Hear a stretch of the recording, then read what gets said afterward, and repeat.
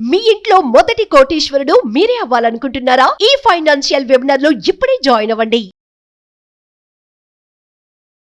నమస్తే సార్. నమస్తే. సార్, ఈ ఏఐ ఆర్టిఫిషియల్ ఇంటెలిజెన్సీ రావడం వల్ల ఐటీ కంపెనీస్లో ఉద్యోగాల కోత బాగానే కనిపిస్తుంది. అంటే సడన్గా తీసేస్తున్నారు. కొత్త టెక్నాలజీస్ రావడం, ఇంతమంది మాకు అవసరం లేదు అంటే 100 మంది చేసే పనిని 10 మంది చేయొచ్చు, ఒక రోబో చేసేస్తుంది అన్నట్టుగా వీళ్ళందరినీ తీయడం జరుగుతుంది. మరి ఇప్పుడు యువత ఎటువంటి ప్రత్యామ్నాయ మార్గాలు చూసుకోవాలి అంటే ఏం చెప్తారు? ఇందులో కరెక్షన్ ఏంటంటే నవీన, తీసేస్తానంటే అందరినీ తీయట్లేదు. ఒక అపోహ పోతే ఆర్టిఫిషియల్ ఇంటెలిజెన్స్ వస్తే జాబులు పోతాయని కొంతవరకు కరెక్టే. కొన్ని జాబులు అన్ని జాబులు ఆర్టిఫిషియల్ కూడా రిప్లేస్ చేయలేదని నా ఉద్దేశం. కొన్ని వాటిలో రిప్లేస్ చేస్తారు.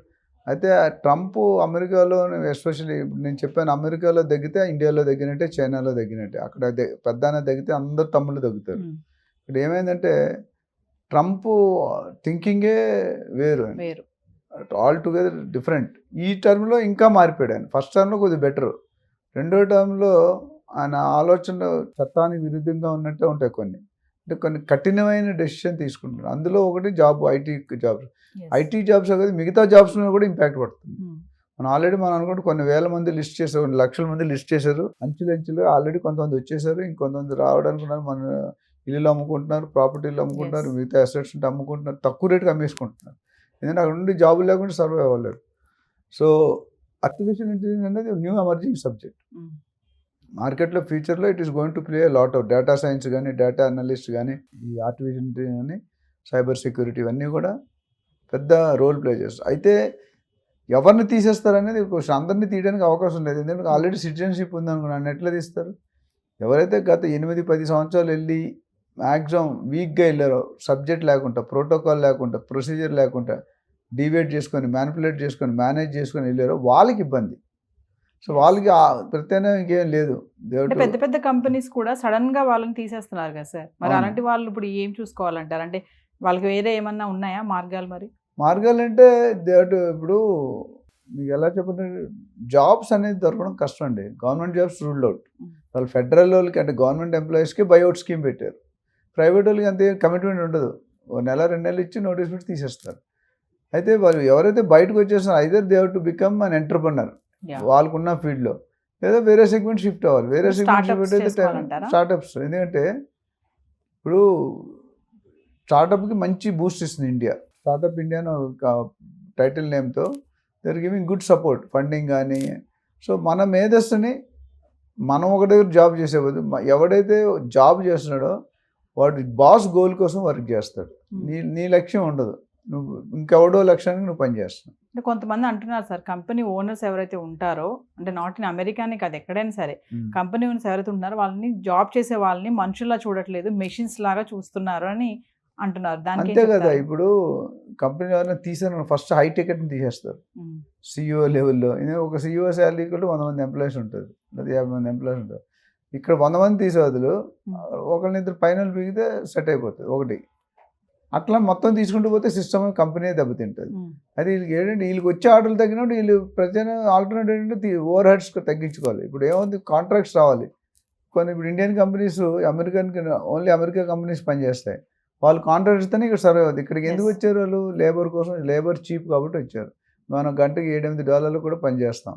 అక్కడైతే $50 వేయాలి, $40-50 గంట. అంటే ఆల్మోస్ట్ 20%, 80% సేవింగ్. అండ్ మన క్వాలిటీ యాక్యురసీ కూడా మన వాళ్ళు ఎస్పెషల్లీ ఇండియన్స్ బాగా చేస్తారు మిగతా వాళ్ళతో పోలిస్తే. కమిట్మెంట్ కానీ, కాన్ఫిడెన్స్ కానీ. ఇక్కడ ఏమవుతుందంటే ఐటీ కోత, ఎందుకంటే వాళ్ళకి బిజినెస్ లేనప్పుడు ఆ ఎఫెక్ట్ మనమే పడుతుంది. వాళ్ళకి గవర్నమెంట్ కూడా కాంట్రాక్ట్ రావట్లేదు. ఇవి ఐటీ ఏంటంటే పెద్ద పెద్ద, ఇప్పుడు ఇన్ఫోసిస్, TCS ఇవన్నీ అంటే పెద్ద పెద్ద $1 బిలియన్ ఉంటాయి. అది వాళ్ళకి రానివాడు వాళ్ళు ఎవరికి ఇస్తే ఎంతకాలం పోషిస్తారు మనల్ని? అందుకనే అక్కడ రెసిషన్ వచ్చిందంటే నాకు తెలిసి నెక్స్ట్ 1-2 years అక్కడ కూడా రెసిషన్ వస్తుంది. ఈ లెక్క మనం అన్ని ఎక్కడెక్కడ ఏరుకొని పిక్ అండ్ చూసి చెడుపుర్లు అని తెస్తే ఒకేసారి తీసినా కూడా కష్టమే కదా. ఆ సిస్టమ్ సెట్ కాదు. ఇప్పుడు ఆయన ఏమంటాడు, బయట వాళ్ళని పంపించేసి మన వాళ్ళు ఒక లీడర్స్ని పెట్టి ఒక టీమ్స్ డెవలప్ చేసుకుంటే ఏ సెక్షన్ అని చెప్తున్నాడు. చెప్పడం అంటే ఇండైరెక్ట్గా మనం పంపించేద్దామనే ఉద్దేశం. అది కూడా లీగల్ ఉన్న వాళ్ళు ఆయన ఏం టచ్ చేయట్లేదు. నాకు తెలిసిన మా ఫ్రెండ్స్ లీగల్లో ఉన్న వాళ్ళు, ఎవడైతే టెంపరీ దొంగతనంగా వీసా లేకుండా ఉంటున్నారో, ఉద్యోగాలు లేకుండా ఉంటున్నారో, లేకపోతే ఒక యూనివర్సిటీలో చదువుకొని ఇంకో యూరికి వెళ్ళి చేస్తున్నారు, వాళ్ళందరి మీద టార్చ్ పెట్టండి. ఈ డోజ్ అనేది అందులో ఒక పార్ట్. ఎందుకంటే అబ్జర్వర్స్ ఎనాలిసిస్ కొన్ని టీములు పెట్టాడు, పలానా ఐటీ శాఖ నువ్వు చూసుకో, ఈ శాఖ నువ్వు చూసుకో, మినిస్టర్ అట్లా ఇచ్చి they are finding out all the proof చూపించి పంపించేస్తున్నారు. అంటే ఈ లే ఆఫ్స్ అనేవి మనం ఎప్పటి నుంచో చూస్తున్నాం కదా సార్. అంటే కొత్తగా ఇప్పుడు ఈ ఏఐ వల్లే జాబులు పోతున్నాయా అంటే ఏం చెప్తారు? ఏ వల్ల ఒక up to sudden portion it decide నా 100% నేను ఏ అనుకోను. ఎందుకంటే ఏ వల్ల కొంతవరకు ఉన్నాయి. చాలామంది నేను ఒప్పుకోను ఏ వచ్చినందుకు జాబ్స్ ఏం పోవండి, కొంత పర్సంటేజ్ రిప్లేస్ అవుతుంది. ఇప్పుడు నేను ఇప్పటికీ చదువుతుంది ఏ కొన్ని పనులు చేయలేదు, ఇప్పుడు కూడా కొన్ని పనులే చేయగలుగుతుంది. అందులో వీక్ సర్టిఫికేట్ లేని వాళ్ళు, ఇల్లీగల్ వాళ్ళని వెళ్ళిపోతున్నారు. రెగ్యులర్ ఆ టాలెంట్ వాళ్ళకి కూడా కావాలి కదా. ఇప్పుడు మనం తీసాడు ఇంకో టాలెంట్ వాడిని, వాడు $50 ఇవ్వాలి గంటకి, మనకి $8 ఇస్తే ఆయన $50 ఎందుకు తీస్తాడు?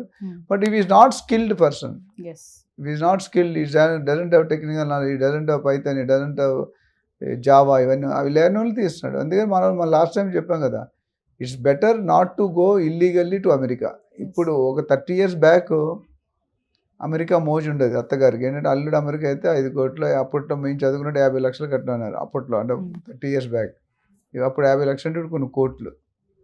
అది ఇప్పుడు అది లేదు, ఎందుకంటే ఇండియాలోనే అంత శాలరీస్ ఇస్తున్నారు. There are companies which are paying equal salaries to America, London. So అక్కడ ఏంటంటే చాలాసార్లు ఒక సినిమాలో బ్రహ్మానందం గారు బోర్డు పెట్టుకుంటాడు ఎంఎస్. వాళ్ళ అత్తగారు ఏమంటారంటే అమెరికా అల్లుడు కదా ఎంఎస్ అనేది, మంచి కట్ట నుంచి పెళ్ళాడు. 2 సంవత్సరాల తర్వాత ఆవిడ అమెరికా వస్తుంది అల్లుడు ఇంటికి. వస్తే బెంచ్ కార్లు దిగుతాడు, మంచి బెంచ్, పెద్ద బెంచ్ దిగి హాస్పిటల్కి వెళ్తాడు. అత్తగారు అక్కడ రిసెప్షన్ ఉన్నాడు, లోనికి వెళ్ళి డ్రెస్ మార్చేస్తాడు. డ్రెస్ స్వీపర్ బకెట్ పట్టుకొని వస్తాడు. వచ్చి అత్తగారు ముందు అదేంటి అల్లుడు నువ్వు ఎంఎస్, బ్రహ్మానందం మెయిన్ స్వీపర్ అన్నాడు.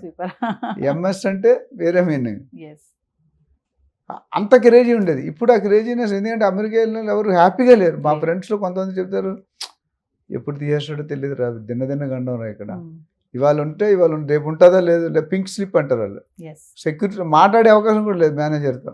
పింక్ స్లిప్ అంటే నీ సెటిల్మెంట్ ఇచ్చేస్తాను, నీ 2 నెలలు శాలరీ అంటే నువ్వు వెళ్ళిపో, మేనేజర్కి లేడు, తీసుకొని యూర్ అవుట్. సార్ ఐటీ రంగంలో ఇలాంటి ఉద్యోగాలు అంటే కోత ఉంది కదా, అంటే ఇది ఎప్పటి వరకు ఉంటుంది? అంటే ముందు కూడా ఇంకా ఎలా ఉంటుంది? మరి యువత ఎలాంటి నిర్ణయాలు తీసుకోవాలి? యువత అనేది ఫస్ట్ స్కిల్స్ నేర్చుకోవాలండి, థియరీ కాదు.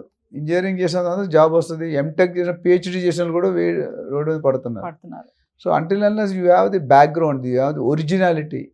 జిఆర్ఈ టెస్ట్ రాయాలి, టోఫెల్ టెస్ట్ రాయాలి, అయ్యి రకరకాల టెస్టులు, జీమెట్ టెస్టులు రాసిన తర్వాత ప్రాక్టికల్ ఓరియంటేషన్కి వెళ్ళాలి. వాళ్ళు లైఫ్లో సక్సెస్ అవ్వాలంటే మనం స్కూల్లో చదువుకుంది, కాలేజ్ ఆఫీస్లో వాడమండి. మీరు వాడుతున్నారు, మీరు చదువుకుంది. ఇక్కడ బాస్ ఏం చెప్తే చేయాలి, మీకు ఇష్టం ఉన్నా కష్టం ఉన్నా. అక్కడ కూడా అదే పరిస్థితి.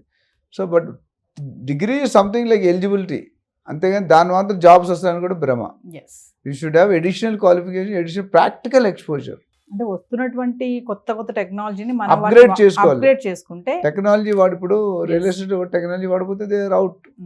ఏ డిపార్ట్మెంట్ అయినా అప్పుడు కంప్యూటర్ వాడు, నేను ఇంకా మారోడే బిల్స్ చేతి ఇప్పుడు కూడా చేతితో రాస్తారు, వాళ్ళు నమ్మరు కంప్యూటర్ని. కంప్యూటర్ అంటే వాళ్ళు అందరూ అలా చేయలేరు కదా. ప్రపంచం మారుతుంటే మనం కూడా మారాలి, వాళ్ళు కూడా అది ఎక్స్పెక్ట్ చేస్తారు. ఇప్పుడు ఆఫీస్ చేత గవర్నమెంట్ ఆఫీస్ ఎట్టుంటే మనకు తెలుసు, డస్ట్ పోస్ట్ ఆఫీస్ వెళ్తే వెళ్ళాం, మన ఎలర్జీ వస్తుంది. మనం ఎందుకు ఇస్తున్నారు? They want to show a difference, they want you to grow, they want work. Foreign companies work campaigns చాలా వాల్యూ ఇస్తారు. మీరు గచ్చిబౌలి ఫైనాన్స్ ఇండస్ట్రీ ఆఫీసులు చూడండి, ఇంద్రభవనాల్లో ఉంటాయి. దాన్ని వర్క్ చేసేటప్పుడు మనకు ఆ కంఫర్ట్ జోన్ ఇవ్వాలి. ఇంకా మన కల్చర్ మారుతున్నాం ఇక్కడ. నా ఉద్దేశం ఏంటంటే ఇల్లీగల్గా ఆలోచించడం మానేయాలి, స్కిల్స్ నేర్చుకుని రాయల్గా రాజాలాగా వెళ్ళండి. డోంట్ గో జాబ్స్ కోసమే కాకుండా, జాబ్ కోసం సెర్చ్ చేయడమే కాకుండా కొంచెం ఎంటర్ప్రీనియర్ వైపు మీరు అన్నట్టుగా బిజినెస్ కానీ ఏదైనా స్టార్ట్అప్స్ కూడా చేసుకోవాలి. స్టార్ట్అప్ చేసుకుంటే గవర్నమెంట్ తాలూకు సపోర్ట్స్ బాగున్నాయి, ఫండింగ్ ఉంది, అప్పిస్తున్నారు, కొన్ని స్పెషల్గా రిబేట్స్ ఇస్తున్నారు, డిస్కౌంట్స్ ఇస్తున్నారు. అది వాడుకొని మీరు 10 మందికి జాబ్ ఇవ్వండి. మీరు జాబ్కి వెళ్ళే బదులు ఇప్పుడు 20 years 15 years చేశారు, ఓపెన్ ఏ కంపెనీ, మీకు ఫైండ్ అవుట్. ఇప్పుడు ఊబర్ ఎలాగ వచ్చిందండి, స్విగ్గీ ఎలాగ వచ్చింది, వాళ్ళు కోట్ల 100 కోట్లు చేస్తున్నారు. జెప్టో అనేది వచ్చింది మధ్యలో, ఫుడ్ పాండా, చాలా బ్లింకిట్, బిగ్ సారీకాంత్ ఏదో ఉంది కదా ఒకటి, చాలా వచ్చాయి. ఇవన్నీ new concept. You also find out a new concept. డెఫినెట్గా మార్కెట్లో బోల్డ్ ఇంకా ఆటోమేషన్ కావాల్సి చాలా ఉన్నాయి. టెక్నాలజీని మనం అప్గ్రేడ్ చేసుకుంటూ వెళ్తే we have to think lot ఉంది. మీరు ఒకరి మీద డిపెండ్ అవ్వగలి. గవర్నమెంట్ జాబ్ ఇచ్చినా ఎదుగు బతుకు ఉంటుందండి. ఇప్పుడు ఒక ఐఏఎస్ ఆఫీసర్ ఎంత అండి, 80,000 స్టార్ట్ 90,000 శాలరీ. ఐఏఎస్ అవ్వాలంటే ఎంత కష్టపడాలి? ఇందులో 25% పెడితే మంచి బిజినెస్ పెట్టి నిజాయితీగా హానెస్ట్గా టర్న్ చేస్తే they break the records. Yes, thank you sir.